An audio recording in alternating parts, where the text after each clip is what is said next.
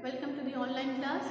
I hope you all are good at your home, and during these days must follow the precautions that wearing mask, using hand sanitizer and follow social distancing. Okay, now this is your science class. So today we are going to continue the chapter number first, that is crop production. Okay, so let's recall what we have learned in the last class. So we have learned about the crop production, that what is crop and what is agriculture practices, and what is the steps in the agriculture practices. Okay, so हमने पढ़ा था कि crops क्या होती हैं। जब हम एक ही तरह के प्लांट को एक लार्ज स्केल पे, यानी कि काफ़ी लैंड एरिया में हम इसको ग्रो करते हैं for the food, purpose of food, so this is called as crops. Okay, and crops की देखभाल करना, उसको उससे जो उसका जो प्रोडक्ट्स होगा उसको कैसे मतलब उसकी प्रोसेसिंग क्या क्या है, ये सारी चीज़ें आपकी एग्रीकल्चर के अंदर आती हैं और फार्मिंग के अंदर आती हैं। ठीक है, सो हमने पढ़ना था कि बेसिक एग्रीकल्चरल प्रैक्टिसेस क्या क्या होती हैं। अगर हमें किसी प्लांट को या एक क्रॉप फील्ड में क्रॉप को ग्रो करनी है तो उसके लिए क्या क्या स्टेप होने चाहिए। सो हमने क्या क्या पढ़ा था कि सबसे पहला काम क्या होता है, प्रिपरेशन ऑफ सॉइल। ठीक है, सॉइल को प्रिपेयर करना, देन आपका selection and sowing of seed, उसके बाद application of manure and fertilizers, then irrigation of crop plants, उसको पानी देना, देन प्रोटेक्शन फ्रॉम वीड्स, उसके बाद फिर प्लांट्स को पेस्ट एंड डिजीज से कैसे बचाना है, harvesting, threshing and winnowing, and last था स्टोरेज ऑफ ग्रेन्स। सो हमने फर्स्ट स्टेप की बात कर ली थी कि प्रिपरेशन ऑफ सॉइल। इस सॉइल को हम कैसे प्रिपेयर करेंगे, क्योंकि हम ऐसे ही किसी भी लैंड पे अगर हम ग्रो करेंगे तो प्लांट अच्छी तरह से ग्रो नहीं हो पाएंगे। उसकी अच्छी यील्ड के लिए, अच्छी ग्रोथ के लिए हमें क्या करना है, पहले सॉइल को प्रिपेयर करना है, क्योंकि सॉइल से ही प्लांट्स न्यूट्रिएंट एब्जॉर्ब करते हैं। तो प्रिपरेशन ऑफ सॉइल में हमने पढ़ा था कि पहले तो हम प्लविंग करते हैं, खेत जोतना, उसके लिए इंस्ट्रूमेंट होते हैं जिसको हम एग्रीकल्चरल प्रैक्टिसेस बोलते हैं। सो एग्रीकल्चरल इम्प्लीमेंट्स के थ्रू, जैसे वो है प्लो है, वो है कल्टीवेटर है, ये सारे टूल्स यूज करके प्लविंग की जाती है, यानी कि loosening of soil and turning over of soil. उसके बाद लेवलिंग है, बड़े बड़े जो सॉइल के पीस होते हैं, क्रम्स ऑफ सॉइल, क्रम्स को जो है वो तोड़ना, लेवल करना अच्छी तरह से, बिल्कुल प्लेन, ताकि हम जो है इक्वल इंटरवल्स पे प्लांट को लगा सकें, सीड्स सो कर सकें। नाउ सेकेंड स्टेप है इसका the selection and sowing of seed. ठीक है, सॉइल प्रिपेयर हो गई है, सॉइल तैयार है, अब हमें क्या करना है, उसमें सीड और जो प्लांटलेट्स होते हैं उनको लगाना है। सो सेकेंड स्टेप था आपका selection and sowing of seed. Selection and sowing of seeds. अब हमें सीड को सेलेक्ट करना है, क्योंकि लैंड के हिसाब से ही हम सीड को सेलेक्ट करते हैं कि कौन सी सीड हमें इस लैंड पे लगानी है। ठीक है, और उसको जमीन में यानी कि लैंड पे लगाने के लिए क्या स्टेप्स होने चाहिए। Okay, so sowing and selection of seeds में है आपके कि सबसे पहले तो जो सीड्स हम चूज करते हैं फॉर द क्रॉप प्लांट्स, तो उसके लिए क्या करना है कि वो सीड की क्वालिटी देखना जरूरी होता है। ठीक है, सिलेक्शन के लिए हमें क्या करना है, सिलेक्शन मतलब कि हमें बेस्ट सीड को सेलेक्ट करना है, अच्छी सीड हो, ठीक है, ताकि प्लांट्स अच्छे होंगे। तो उसके लिए क्या करना है कि हमें सीड की क्वालिटी देखनी है। Okay, seed quality. ठीक है, सीड क्वालिटी के लिए क्या क्या देखना होता है कि सीड जो है आपकी गुड क्वालिटी की हो, एंड उसके अंदर डिजीज रेसिस्टेंट की कैपेबिलिटी हो, प्लस वो इन्फेक्शन से फ्री हो। Okay, and they should be treated with fungicides. पहले लगाने से पहले, यानी कि हमें सो करने से पहले, सॉइल में लगाने से पहले हमें उसको फंजीसाइड्स, यानी कि जो वो होते हैं कीड़े मकोड़े मारने वाले जो केमिकल्स होते हैं, उनसे हमें उनको पहले अच्छी तरह से साफ कर लेना है। The healthy seeds can be separated from damage seeds. अगर उस सीड्स, क्योंकि सीड्स और ग्रेन्स बहुत सारी होती हैं, तो उन सीड्स में से हमें हेल्दी सीड्स को चूज करना है। ठीक है, तो हेल्दी सीड को हम आसानी से चूज कर सकते हैं, उसके लिए एक प्रोसेस है। पहले हम देख लेते हैं क्वालिटी क्या क्या हमने पढ़ी थी। क्वालिटी में क्या थी कि चूज हेल्दी सीड,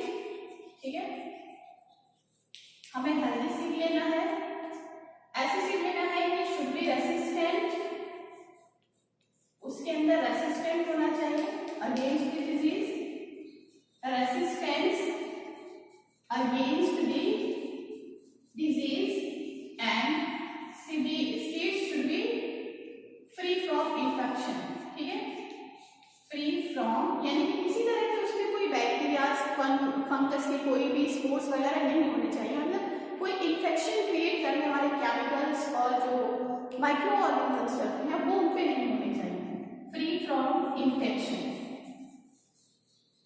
ओके ना, अब हमें क्या करना है कि हमें गुड क्वालिटी की सीड को हम जो है पुअर क्वालिटी ऑफ सीड से सेपरेट कर सकते हैं। बहुत ही आसान तरीका होता है कि हमें क्या करना है कि एक बॉल में पानी लेना है, ठीक है, कंटेनर में वाटर लेना है, उसमें हमें सीड्स डालनी है। कुछ देर के बाद हम देखेंगे कि कुछ सीड्स जो होती हैं वो ऊपर ऊपर यानी कि वाटर के सरफेस पे फ्लोट करती हैं, और कुछ सीड्स क्या होती हैं दे सेटल एट द बॉटम, तो बॉटम पे वो इकट्ठा हो जाती है, कुछ सरफेस पे आ जाती हैं। सो जो हल्की होती हैं, जो पुअर क्वालिटी ऑफ सीड्स होती है, जो पुअर क्वालिटी की सीड है वो ऊपर आ जाती है, क्योंकि वो लाइट वेट की होती है, उनके अंदर कुछ भी नहीं होता है, उनके अंदर कोई कीड़े मकोड़े होंगे या फिर कोई और माइक्रो ऑर्गेनिजम्स जो है वो पूरी तरह से उनको खा के ख़त्म कर चुका होता है अंदर से, इसलिए ये ऊपर की तरफ फ्लोट करती हैं, और जिनके अंदर मटेरियल्स होते हैं जो हेल्दी सीड्स होते हैं वो नीचे बैठ जाते हैं। तो यहाँ से हम आसानी से अच्छी सीड्स और पुअर सीड्स को हम सेपरेट कर सकते हैं। ओके ना, अब हमने अगर हेल्दी सीड्स को सेपरेट कर लिया है ना, अब क्या करना है कि सिलेक्शन हो चुका है, ठीक है, अब क्या करना है सोइंग ऑफ सीड्स, ठीक है, next step is the sowing of seeds. So the next step is the proper sowing of seeds, यानी कि सीड्स को अच्छी तरह से बोना, ठीक है। तो इसके लिए क्या करना होगा कि seeds should be sown at moist soil, यानी कि बिल्कुल सूखी अगर हमने जमीन में लगा दिया तो ग्रो नहीं करेंगे, यानी कि हमें थोड़ा सा जो सॉइल है वो मॉइस्ट होनी चाहिए, ठीक है। तो seeds should be sown in moist soil, ठीक है, मॉइस्ट सॉइल में सो करना है। ओके, एंड प्रॉपर इंटरवल होना चाहिए, प्रॉपर टाइम, ठीक है, मतलब सीड्स की ग्रोथ का प्रॉपर टाइम, ये नहीं कि हाँ खरीफ वाली जो क्रॉप्स की सीड्स होती हैं उनको हम रबी वाले टाइम पे डाल दें तो ये सही नहीं होगा, ठीक है। यानी जिसका जो प्रॉपर टाइम है, समर सीजन वाले सीड्स को समर सीजन में डालेंगे और विंटर वाली को विंटर वाले में डालेंगे, मतलब यही है, ये प्रॉपर टाइम पे जो उनकी ग्रोथ का टाइम है should be sown in at proper time and proper depth, ठीक है, ये नहीं कि ऊपर डाल दिया तो वो ग्रो नहीं कर पाएगा, जब तक सीड्स को अंदर नहीं डालेंगे वो पेनिट्रेट मतलब उसमें से जो है आपके रूट्स और जो शूट्स निकलती हैं वो प्रॉपर डेप्थ तक नहीं जा पाएंगे। ओके ना, proper depth at proper time and at proper depth. Okay ना, अब ये देखना है कि हमें सीड को जो है मेथड क्या होते हैं, methods of sowing seeds. So there are two methods of sowing of seeds, manual method and mechanical method. Okay, manual methods involves the scattering of seeds by hand, ठीक है, आपने देखा होगा कि हाथ से इस तरह से सीड्स को जमीन में लगाते हैं, मतलब इस तरह से स्कैटर करते हैं, फेंकते हैं। This is also called as broadcasting. So the scattering of seeds by hand, that is in manual method, there is not the equal distribution of seeds, ठीक है, क्योंकि हम स्कैटर कर रहे हैं तो यहाँ पे अनइक्वल डिस्ट्रीब्यूशन होगा, यानी कि वो इक्वल डिस्टेंस पे नहीं होगा, कोई सीड्स पास होंगे तो कोई बहुत दूर चले जाएंगे, गैप बीच में बहुत ज्यादा आ सकता है, and there is the wastage of seeds also. So manual seeds जो होती हैं, ये मैनुअल मेथड जो होती है ये बहुत अच्छा नहीं माना जाता है, ठीक है, क्योंकि इसमें वेस्टेज ऑफ सीड्स होते हैं and plus there is unequal distribution of seeds. Okay, now second method जो है seeds sowing of seeds, that is mechanical method, and it involves the sowing of seeds that is done by the seed drill. यहाँ पे seed drill की जाती है, यानी कि उसको मतलब कि ड्रिल करके जमीन को खोद के उसके अंदर लगाया जाता है, थोड़ा सा गड्ढा करके।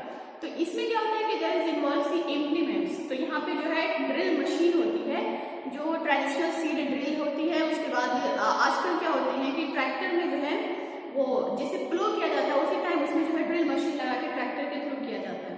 सो इसमें क्या होता है कि एक मतलब फरोस बनाते हुए जाता है वो, क्योंकि ड्रिल मशीन में क्या होता है, सीड ड्रिल मशीन में इस तरह से आपके पॉइंटिंग शार्प इन वाले आयरन के जो है वो रॉड्स निकले होते हैं, उसके पास ट्रायंगल शेप का जो है वो होता है, इसके अंदर सीड्स होती हैं, तो वो जो शार्प इंड्स वाले आयरन रॉड होते हैं वो ड्रिल करते जाते हैं, फरोज बनाते जाते हैं प्लस उसके अंदर सीड्स इक्वल डिस्टेंस पे जो है वो डिस्ट्रीब्यूट किया जाता है।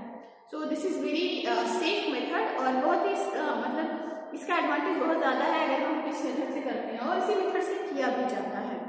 So sowing of seeds by seed drill is has very advantages, that is कि यहाँ पे यूनिफॉर्म डिस्ट्रीब्यूशन होता है प्लस इसके साथ जो होते हैं सीड्स ट्रांसप्लांटेशन। ओके, सो बहुत सारे प्लांट्स जो होते हैं उनकी सीड्स को जो है सॉइल में लगाया जाता है तो प्लांट्स ग्रो होते हैं, but some plants are grown by the plant rates of the plant, यानी कि उनके छोटे छोटे से प्लांट्स लगाए जाते हैं, डायरेक्टली हम उनकी सीड्स को नहीं लगा सकते। तो उसके लिए क्या किया जाता है कि पहले उनकी जो सीड्स होती है उनको किसी अलग स्पेस किसी अलग लैंड पे जो है उनके प्लांटलेट्स बनाए जाते हैं, यानी कि छोटे छोटे से प्लांट्स उनके ग्रो किए जाते हैं। After that this plantlets are transplant और transfer to the anchor land, ठीक है, तो इसको बोलते हैं transplantation. Okay, so some plants grow into tiny plants that are called as plantlets which are transferred to the main field and this process is called the transplantation. Trans मतलब transfer करना plant को। Okay, so here is the transfer of, it is the transfer of tiny plants इसको क्या plantlets बोलते हैं, tiny plants to the main field, to the main field, ठीक है। इसमें क्या किया जाता है, बहुत सारे प्लांट्स के टाइनी प्लांट में उनके प्लांटलेट्स को मेन फील्ड में ट्रांसफर किया जाता है instead of sowing the plants by the seed, ठीक है, डायरेक्टली सीड से उनको ग्रो ना करके उनको सीड्स ना लगा के उनके प्लांटलेट्स से उनको ग्रो किया जाता है। ओके, फॉर एग्जाम्पल इसमें आपके जैसे कि राइस यानी कि जो पैडी फील्ड्स होते हैं आपने देखा होगा कि उनके जो होते हैं प्लांटलेट्स प्लेंटी ऑफ वाटर में ऐसे ऐसे लगाए जाते हैं, तो पैडी जो होते हैं वो उनके प्लांटलेट्स लगाए जाते हैं। बहुत सारे वेजिटेबल्स होते हैं उनके भी सीड्स नहीं लगाए जाते, उनके प्लांटलेट्स लगाए जाते हैं। ओके, यानी कि पहले उनको अलग लैंड यानी कि जिसको नर्सरी बोलते हैं, नर्सरी काफ़ी एरिया होता है वहाँ पे प्लांट्स ग्रो किए जाते हैं, उनके छोटे छोटे प्लांटलेट्स बनाए जाते हैं, देन उनको जो है अलग लैंड पे जहाँ पे जो है जो मेन फील्ड है उस जगह उनको लगाया जाता है।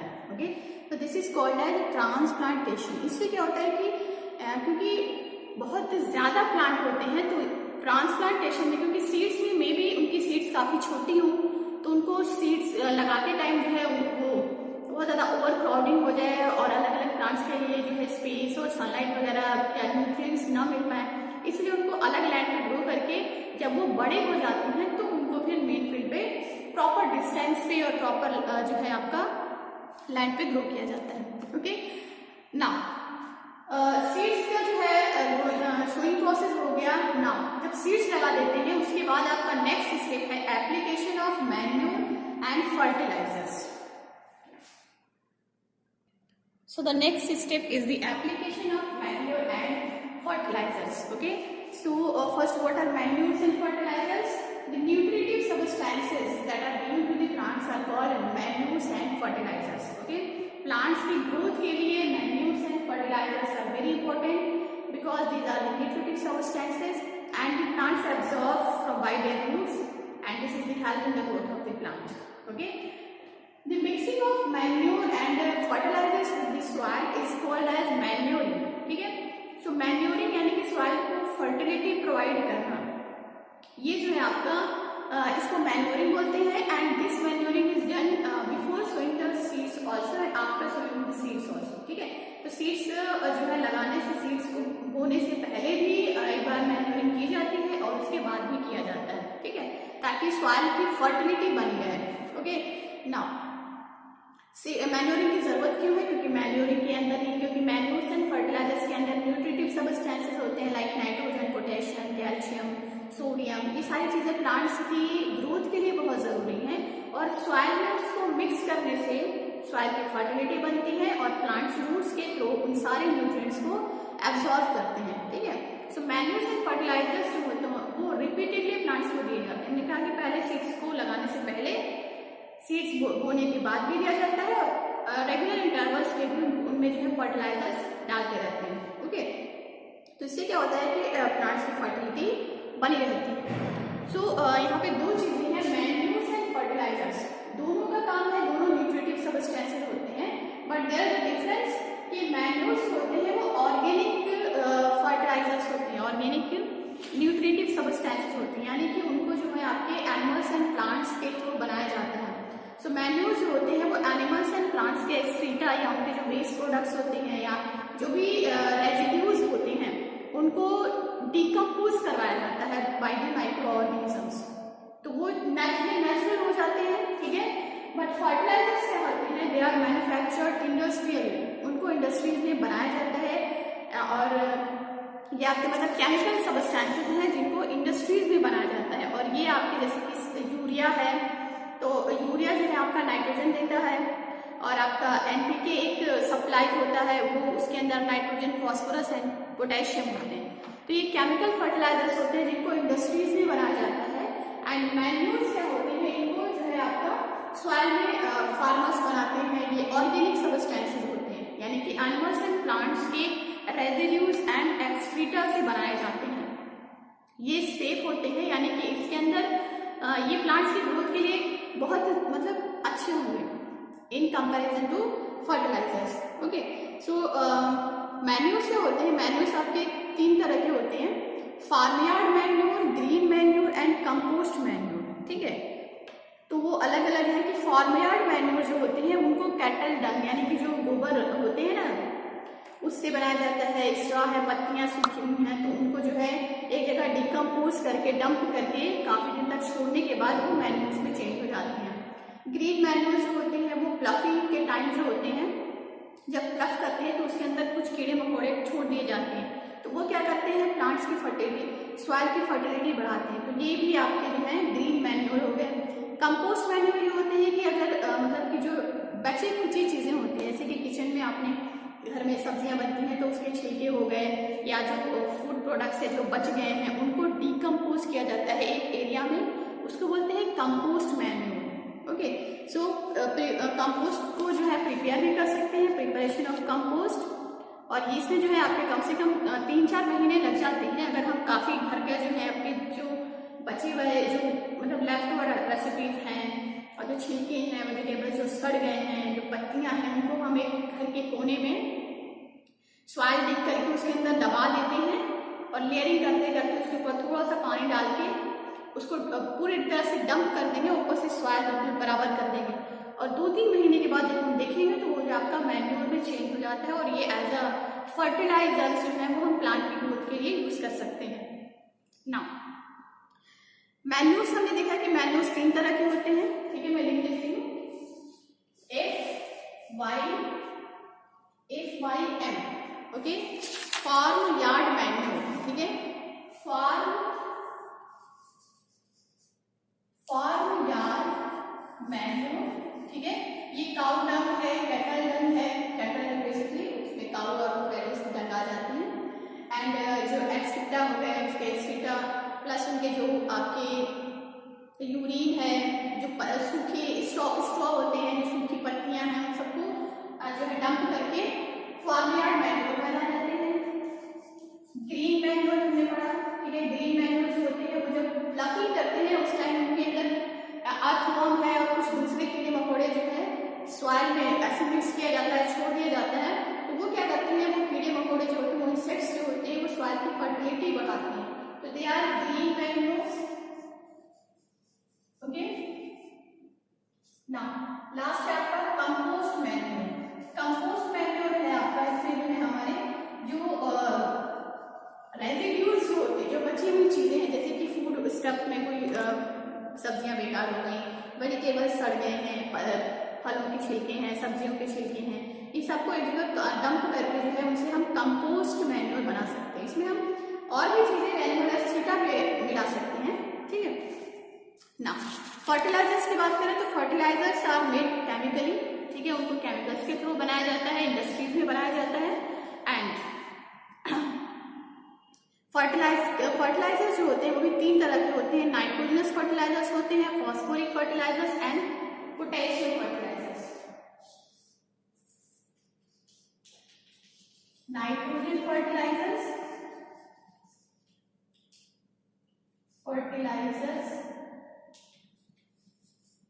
पोटेशियम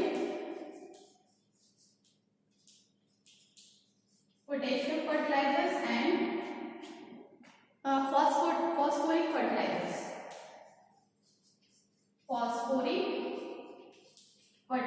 ठीक है, सबके अलग अलग नाम होते हैं. सो नाइट्रोजन फर्टिलाइजर्स में आपका mainly ammonium sulphate and ammonium nitrate होता है. ठीक है, सो वो केमिकल्स होते हैं, बिल्कुल ऐसे गोली की तरह होते हैं और इनको जो है स्प्रे मतलब एक उसमें मशीन आती है पीछे जो है आपने देखा होगा कि उसमें लगा के वो तो इंसेक्टिसाइड्स होते हैं, सॉरी, हाथ में लेके जो है इस तरह से जो है पाउडर फॉर्म में हो सकते हैं या फिर ये टैबलेट के फॉर्म में गोली की तरह होते हैं.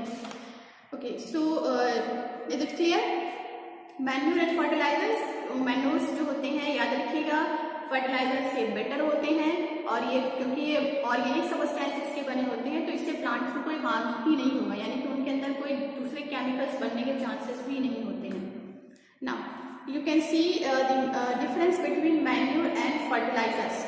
Okay, so manures होंगे वो नेचुरल्स होते हैं, फर्टिलाइजर्स केमिकली यानी इनऑर्गेनिक सॉल्ट और कंपाउंड्स के बनाए जाते हैं.